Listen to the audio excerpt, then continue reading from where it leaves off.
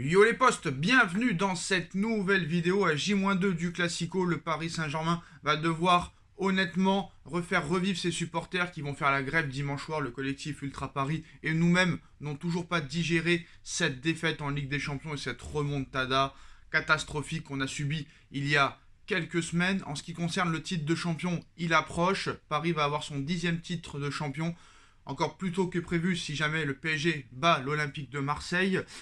Et Paris n'envisage pas de mettre une étoile sur son maillot pour célébrer un 10e titre de champion de France. Cela n'est pas une priorité pour la direction du club. Information Le Parisien. Honnêtement, je trouve ça assez dommage. 10 titres, c'est symbolique.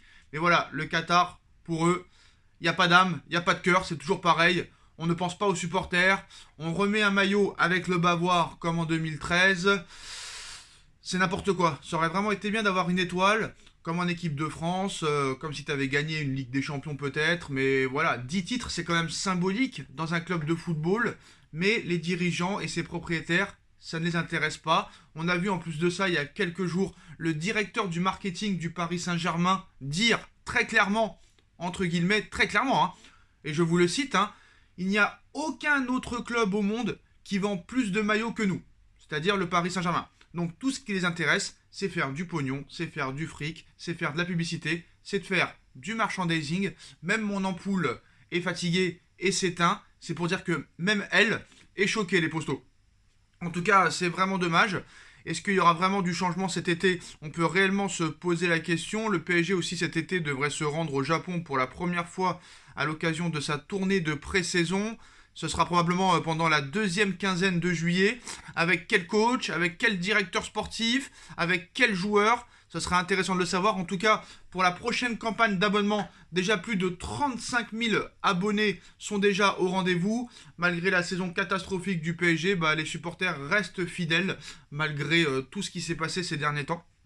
En ce qui concerne le dossier de l'entraîneur, les postos. Vous le savez, on va pas se répéter, la priorité numéro 1 se nomme Zinedine Zidane. Tous les détails sont réglés pour l'arrivée de Zinedine Zidane. Il ne reste plus qu'une seule chose à régler. Zinedine Zidane voudrait une clause équipe de France. Si jamais l'équipe de France veut Zidane, Zidane voudrait être libéré de son poste du Paris Saint-Germain pour aller en équipe de France. Donc déjà, c'est une mauvaise nouvelle parce que ça veut dire que Zidane déjà pense plus à l'équipe de France qu'au Paris Saint-Germain, même si d'après certains médias, Zidane prépare déjà le mercato du PSG depuis plusieurs mois. Moi franchement, si le mec à peine arrivé au Paris Saint-Germain, il pense déjà à l'équipe de France, ce n'est pas réellement une bonne nouvelle dans l'investissement. C'est-à-dire que le gars pense déjà à l'équipe de France et ne pense pas au Paris Saint-Germain. Alors le Paris Saint-Germain, lui, n'est pas pour donner cette clause équipe de France à Zidane. Pourquoi? Si jamais l'équipe de France dans un an veut Zidane et que cette clause est en place, Zidane peut partir sans problème et le PSG se retrouve sans rien, se retrouve à poil. Et ça, Paris ne veut pas. C'est pour ça que je pense que ça va traîner dans les discussions et c'est peut-être pour ça que la prolongation d'Mbappé aussi est au point mort. Ou un départ au Real Madrid. Parce qu'à l'arrivée, on nous explique que Mbappé n'a pas fait son choix. Le lundi, on est proche d'une prolongation. Le mardi, on est proche d'un départ au Real Madrid. Le Real Madrid a augmenté son offre avec les départs de Gareth Bale, d'Eden Hazard, peut-être de Luka Modric, de Isco, de Marcelo. La marge financière du Real Madrid va être énormissime et ça va leur permettre encore une fois d'augmenter la proposition de contrat à Kylian Mbappé, le salaire, la prime à la signature, etc. Donc Paris et le Real Madrid vont se battre comme des chiens pour avoir ou garder Kylian Mbappé, mais je trouve pas ça très positif que Zinedine Zidane, déjà à peine arrivé à Paris, si jamais il y arrive, pense déjà au projet équipe de France. Il faut vraiment un coach investi à 100%, qui ait les pleins pouvoirs, qui ait une autorité, qui peut faire ce qu'il veut. Mais là, si Zidane pense déjà à l'équipe de France, il y en a marre de ces coachs-là. On se rappelle de Carlo Ancelotti, on se rappelle de Pochettino. À peine arrivé, il pensait déjà à signer au Real Madrid. Non, il faut un mec qui pense qu'au Paris Saint-Germain, qui dorme Paris Saint-Germain, qui vit Paris Saint-Germain, qui mange Paris Saint-Germain, qui respire Paris Saint-Germain. Sinon, c'est même pas la peine. Donc si vraiment Zidane veut une clause équipe de France, laissez tomber Zidane, c'est même pas la peine. Qu'il aille en équipe de France et cherchons un autre entraîneur, lequel je ne sais pas, mais cherchons un autre entraîneur si Zidane pense déjà à l'équipe de France et à cette clause. En ce qui concerne le dossier Kylian Mbappé, Alors Emmanuel Macron échange régulièrement avec Kylian Mbappé malgré son agenda chargé, hein, à moins de 10 jours du deuxième tour des élections, et pousse pour une prolongation au Paris Saint-Germain.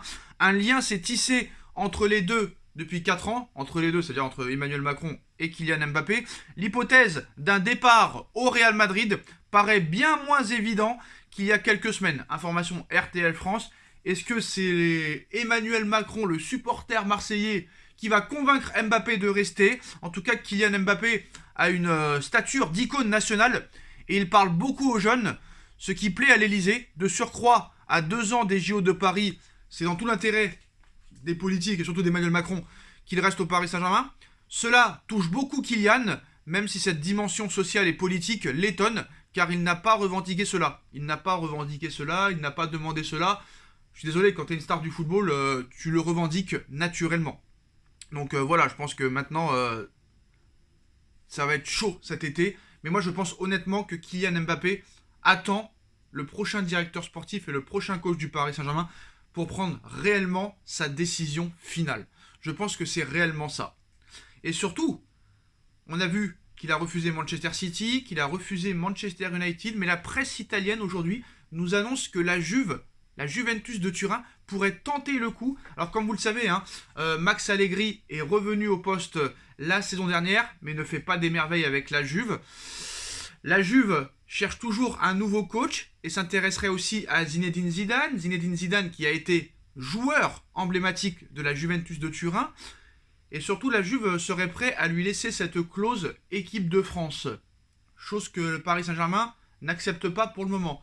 Est-ce que Zidane pourrait se laisser tenter un départ à la Juve? C'est une possibilité. Mais on nous annonce aujourd'hui, tuto mercato, que la Juventus va perdre Paolo Dybala cet été gratuitement et pourrait tenter le coup avec Kylian Mbappé. Surtout que Mbappé a fait une story hier en disant le mot zèbre. Alors le zèbre, c'est un petit peu le surnom de la Juventus à cause des maillots noirs et blancs. Mbappé à la Juventus, est-ce possible? J'ai du mal à le croire vu les gros problèmes financiers de la Juve ces derniers temps. Je pense que c'est juste Tuto Mercato qui essaye un petit peu de faire du buzz, mais sait-on jamais, hein. Le Real Madrid et le PSG sont les grands favoris pour finaliser le dossier Mbappé. Est-ce que la Juve peut arriver comme ça de nulle part? C'est possible, les postos. Et en ce qui concerne le dossier Erling Haaland, là, ça commence un petit peu à y voir plus clair, hein. Bon, on sait que Raiola et le père d'Haaland veulent une tonne d'oseille, hein, 75 millions de transferts plus 75 millions d'euros de commission. C'est incroyablement élevé.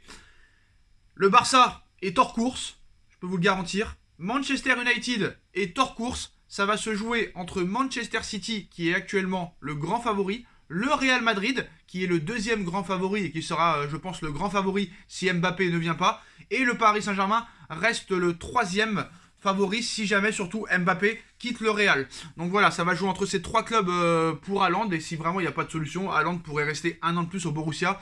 Mais Haaland fait tout pour un départ. Lui, sa préférence, c'est l'Espagne. La préférence de son père et de Raiola, ce serait Manchester City. Donc pour l'instant, le PSG est un petit peu en retrait. Mais allez savoir, avec le PSG, hein, tout est possible, les postos. Dites-moi en commentaire ce que vous en pensez. On like, on partage, on commente, on s'abonne. Et on se retrouve très vite pour une nouvelle vidéo, les postos. Tchuss.